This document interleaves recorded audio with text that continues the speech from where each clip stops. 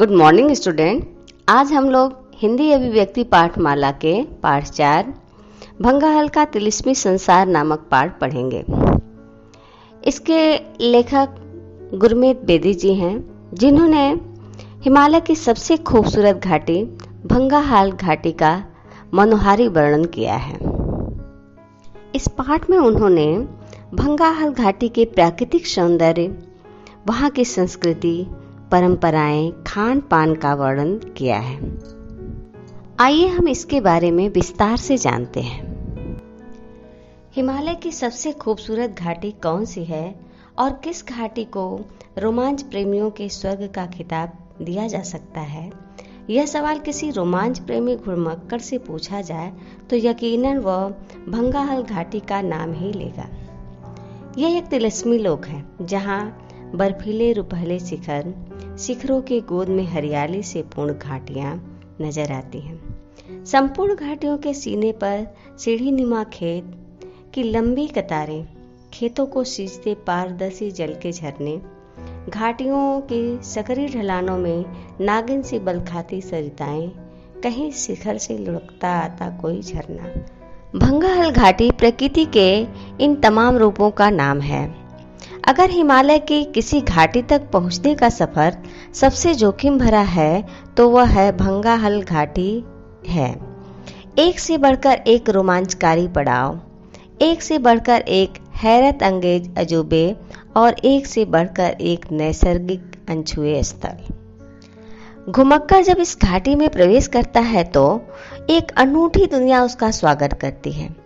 यहाँ के लोगों की अनूठी संस्कृति, दिलचस्प परंपराएं, खान पान एवं पहनावा प्रदेश के बाकी क्षेत्रों से मेल नहीं खाता। यही भिन्नता इस घाटी को विशिष्ट बनाती है।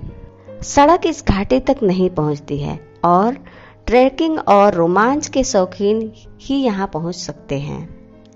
इस माया लोक में झांकने के लिए एक रोमांच भरा सफर लेखक को तय करना पड़ा, जिसकी यादें हमेशा के लिए मानस पटल पर अंकित हो गई। बैजनाथ मंडी राष्ट्रीय राजमार्ग पर बींड रोड से चाय बागानों का सिलसिला शुरू होता है। सड़क के दोनों किनारों पर चाय बागानों में पत्तियां तोड़ती महिलाओं के गीत के बोल पल भर के लिए ठिठकने पर विवश कर देते हैं। फिर ज्यों-ज्यों कदम आगे बढ़ते जाते हैं, मंत्रों का जाप करते बौद्ध भिक्षु अपनी ओर ध्यान आकर्षित करते हैं। आगे बाजार है, कुछ एक दुकानें और चाय का कारखाना।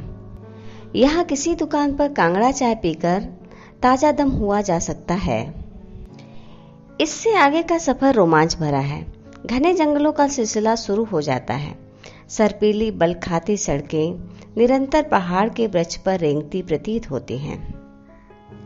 14 किलोमीटर का सफर तय करके जब बिलिंग पर पांव पड़ते हैं तो यूं लगता है जैसे आसपास के पहाड़ हमारे लिए बौने पड़ गए हैं और हम अंतरिक्ष में तैर रहे हों।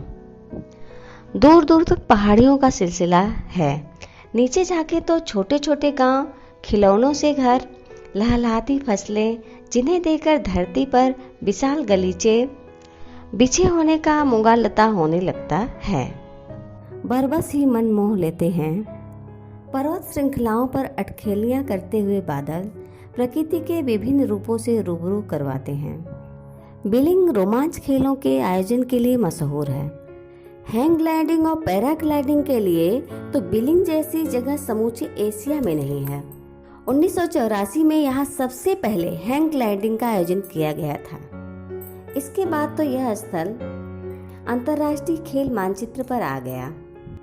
साहसिक खेलों के आयोजन के दिनों में तो यहाँ काफी चहल पहल रहती है, लेकिन बाद में तो बिलिंग खामोशी की चादर ओढ़ लेता है। यह खामोशी तभी टूटती है जब कोई गद्दी अपने भेड़ बकरियों के रेवण के साथ यहाँ पड़ाव डाले, या फिर पर्वतारोहियों और रोमांच प्रेमी पर्यटकों का कोई दल यहाँ से गुजरे। बिलिंग से सूर्योदय और सूर्यास्त का नजारा बड़ा बेहंगम लगता है। घाटियों में तैरते दरख्तों से लिपटते बादलों के टुकड़े बरबस ही मन मोह लेते हैं। बिलिंग से 12 किलोमीटर आगे बडागरा है। यहाँ आबादी है और गद्दी लोगों के बसेरे हैं। सीढ़ीनुमा खेतों में गेहूं की लहलहाती फसलों को देखना बड़ा मनमोहक लगता है। अपनी ही दुनिया में सिमटे यहाँ के लोगों को सैलानियों के साथ बहुत अच्छा लगता है। राजगुंधा और कुंकड़गुंधा इस घाटी के रमणीय स्थल है। ओहल नदी के किनारे बसा कुंकड़गंधा गांव कांगड़ा जिले के दुर्गम भंगाल इलाके का आखिरी गांव है। समुद्र तल से करीब 3000 मीटर की ऊंचाई पर बसे इस गांव में प्रकृति ने दिल खोलकर अपना नैसर्गिक सौंदर्य लुटाया है। चारों तरफ तोस, देवदार और कैल के गगनचुंबी पेड़ अद्भुत नज़ारा प्रस्तुत करते हैं। गांव में 15-16 घर हैं और सभी दरबानुमा। सर्दियों में तो यह गांव कई फुट मोटी बर्फ की चादर से ढक जाता है और गांव के बाशिंदे सर्दियां आते ही यहां से पलायन कर बैजनाथ उपमंडल के गद्दी बहुल इलाके में जा बसते हैं। गर्मियों के दस्तक देते ही यह गांव फिर से आबाद हो उठता है। कुक्कड़गुंधा से 7 किलोमीटर आगे पलाचल है। यह भी ओहल नदी के किनारे बसा है। यहाँ लकड़ी से निर्मित वन विभाग का विश्राम गृह है। यही हमने रात काटी और रोमांच भरी रात तेज तूफान में यूं लगता था जैसे हवा इस विश्राम गृह को या तो उड़ाकर कहीं दूर ले जाएगी या फिर लकड़ी के शहतीर हम पर आ गिरेंगे। हम गर्मियों के मौसम में भी ठिठुरते रहे। सुबह सब शांत था, मंद मंद बयार चल रही थी और पर्वतीय पक्षियों की चहचहाट वातावरण में मधुर रस घोल रही थी। नाश्ता लेकर हमने आगे कूच किया। वृक्षों का काफिला हमारे साथ था और कहीं रुकने का नाम नहीं ले रहा था। सफर रोमांच भरा था। नीचे उहल नदी और उस पर जमी करीब 10 फुट मोटी बर्फ की तह। मढ़ी तक 8 से 10 किलोमीटर का सफर नदी पर जमी बर्फ पर चलते हुए तय किया। दोपहर होते होते मढ़ी आ गई। वहाँ सिर्फ एक दुकान है और वह भी मौसमी, यानी गर्मियों में आबाद और सर्दियों में बंद।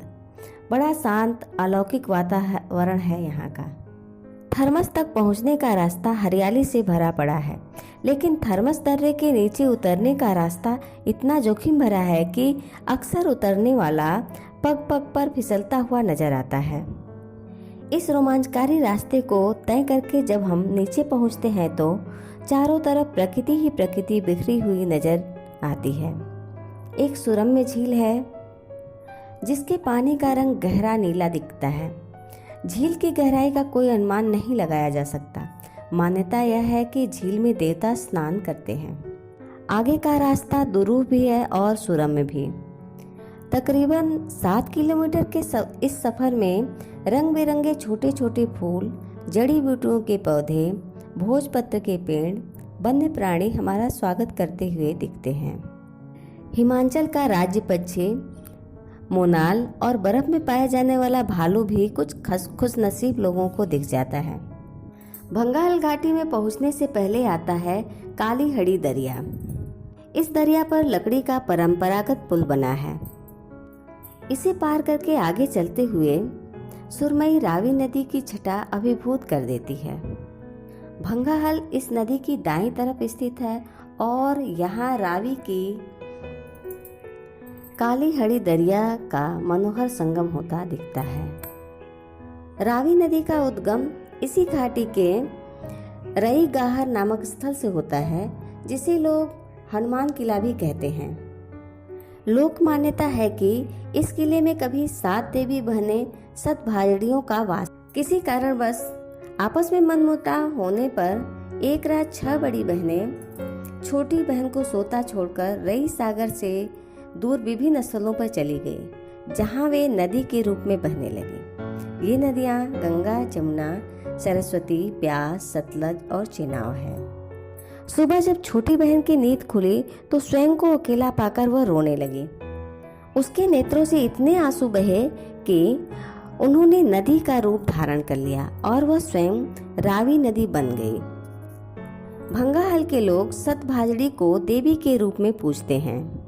भंगाहल जिला कांगड़ा का आखिरी गांव है। इसके एक तरफ लाहौल स्पीति, दूसरी तरफ कुल्लू और तीसरी तरफ चंबा की सीमाएं हैं। भंगाहल की आबादी 500 के आसपास है। लकड़ी से निर्मित अधिकांश घर 2 मंजिले हैं। नीचे भेड़ बकरियों और ऊपर खुद लोग रहते हैं।